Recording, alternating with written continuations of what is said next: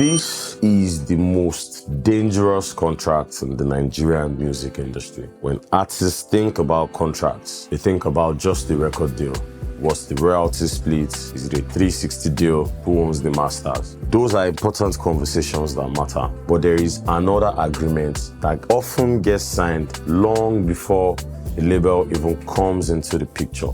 And in many cases, it has an even bigger impact on an artist's career. It is the management agreement. If done properly, it can help build a career.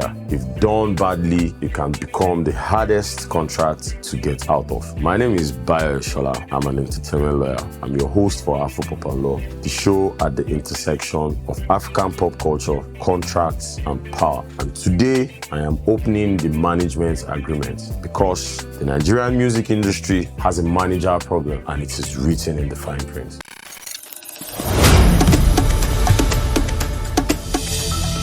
Here is a picture that I see all the time. A young artist starts getting attention. Someone believes in them. Someone approaches them, offers to help, introduces themselves as a manager, and promises to help guide the career. The artist gets excited. They finally have someone in their corner. The contract will get drafted. The artist will sign it because from that perspective, the relationship seems built on trust. And then years down the line, or months, in some cases, that same contract becomes the source of a big dispute. Not because anyone expected things to go wrong, but because nobody paid attention to what was written.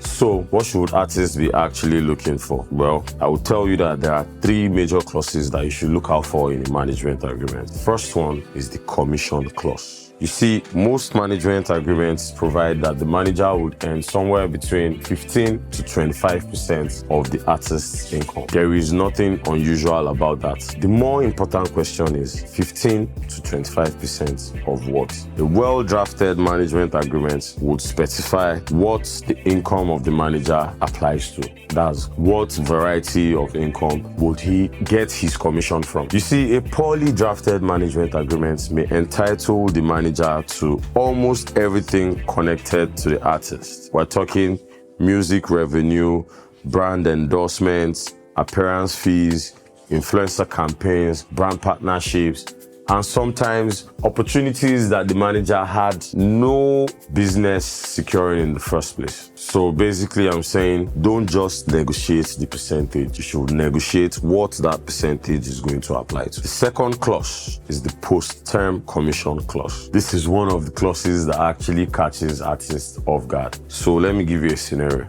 Imagine that you have signed a 2-year management agreement with your manager, yeah? And then during those 2 years, your manager negotiates a brand endorsement that is going to last for, say, like 3 years. Your management relationship would end at year 2. The endorsements that he secured for you would continue after that. Is the manager still entitled to earn from that deal that he helped secure when he was your manager? Depending on how the agreement was drafted, most of the time the answer is yes. This is often called the post-term or sunset clause. Those clauses are not automatically unfair because if you look at it, if a manager created long-term opportunities while representing you, it is only fair that they get compensated for those opportunities that they created while they were working with you. The key question is whether that clause, the one in your agreement, whether it is balanced. A fair sunset clause would usually reduce the manager's commission over time instead of allowing them to earn the full percentage indefinitely. The third clause, your name and brand. And this is the clause that every artist should actually read very carefully.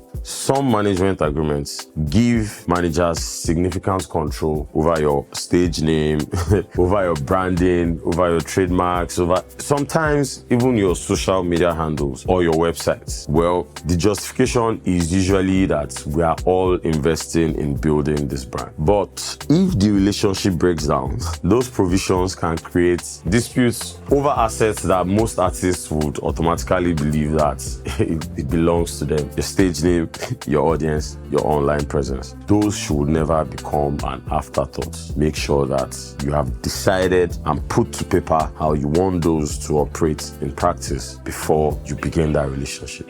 So what does a fair management agreement, what does it look like? Well, a good management agreement isn't one that favors either the artist or the manager. It is one that is fair. And what do I mean by fair? That means the commission would apply to defined sources of income. That means the duration of the agreement will be reasonable. That means termination rights would work for both parties, and any post-term commission would have sensible limits. Also, the ownership of the artist's identity, brand, intellectual property, all those things would have to be addressed before the relationship begins, not after a disagreement has come up. Most importantly, the artist should have independent legal representation, because your manager has already. Someone is looking after his own interests. You should have someone in the room whose job is to look after yours alone.